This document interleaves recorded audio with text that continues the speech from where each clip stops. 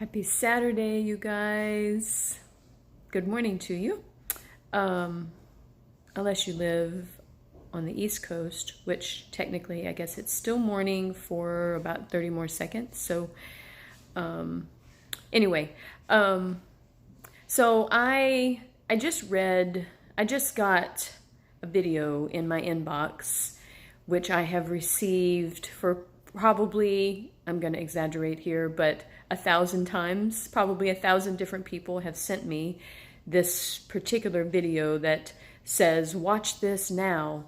And I have not watched the video, just so you know. I rarely watch videos that are sent to me in my inbox, particularly if I know that they've been sent to everybody else.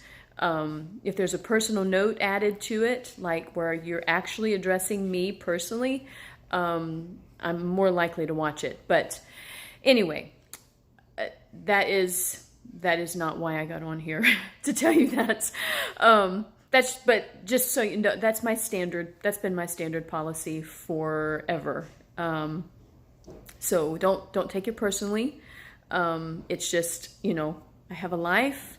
I have things to do. I can't watch every video that people send to me, or I would not be able to get anything done in my life. So anyway, but this particular video, it's just an example of many kinds of videos that I have received in my inbox over the last year, but particularly over the last month or so.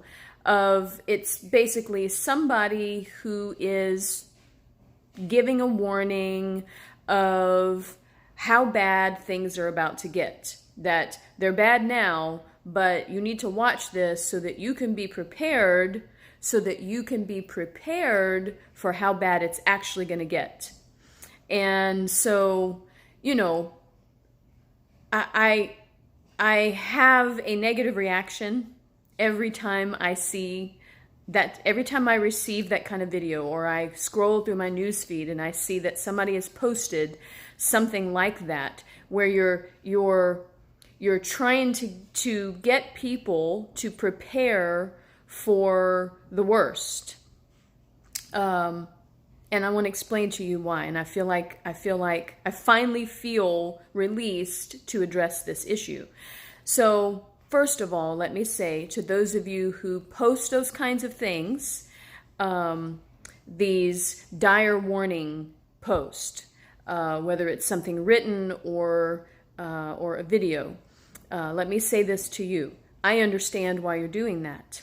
I get it. I totally get it. I know why you're doing that because, one, you probably genuinely care about people and the condition of the world, and you genuinely just want people to not be taken by surprise if things get worse. And so, on one level, I'm tracking with you, and I feel you on that. But you knew there was a but coming, right? This is what I want to say to you who post these things and who send these kinds of dire warning videos, and to those of you who watch them, or who read them and you feel fear begin to grip your heart. This is what I want to say to you. While there is a place for being prepared for the worst, in the life of a believer, being prepared for the worst, mentally preparing for worst case scenario, should not be at the forefront of your mind. What should be at the forefront and occupying most of your mind and filling your heart is a confident expectation in the goodness and the faithfulness of God. And in this case, in the situation that we're facing now, the threat against humanity and by these evil people who are seeking global domination. Doesn't that almost sound like we must be talking about some crazy B movie? We're talking about these people who are seeking global domination. It's crazy. Anyway, when you're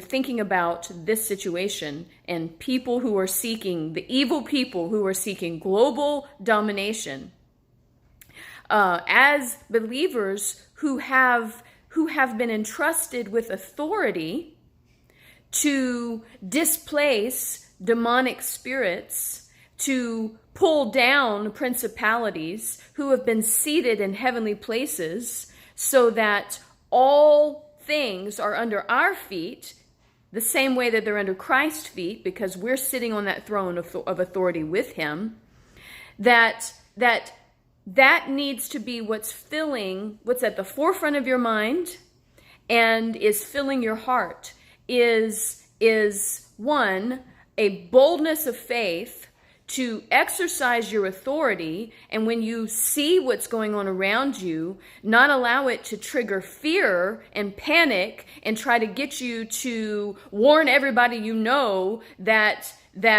an apocalypse is coming, and we're going to run out of food, and we're going to not have gas, and they're interrupting the food chain, the food supply chain, and you're going to lose your job, and everybody's going to die, and rather than going to that place, it should, when you hear these things, it should, if you know who you are in Christ, and you know what you have, and you know what your responsibility is because of what he's entrusted to you, which is an exceeding great power and authority to do something about it in the Spirit, then it should trigger a fight in you. It should trigger the Lion of the tribe of Judah in you beginning to roar and rising up against it in the Spirit and pushing back and saying, not on my watch are you going to interrupt the food supply.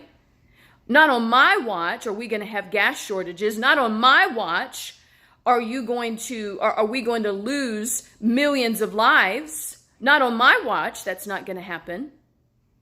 And if you're going to circulate something, spread something on your news feed, on your page, and send out mass messages to everybody you know, let it be something that is intended to, that speaks to who they are in Christ, and intent, and has the purpose of waking them up, of rousing the sleeping lions, rather than circulating things that feed fear, which has a crippling, debilitating effect. You ever heard of being paralyzed by fear?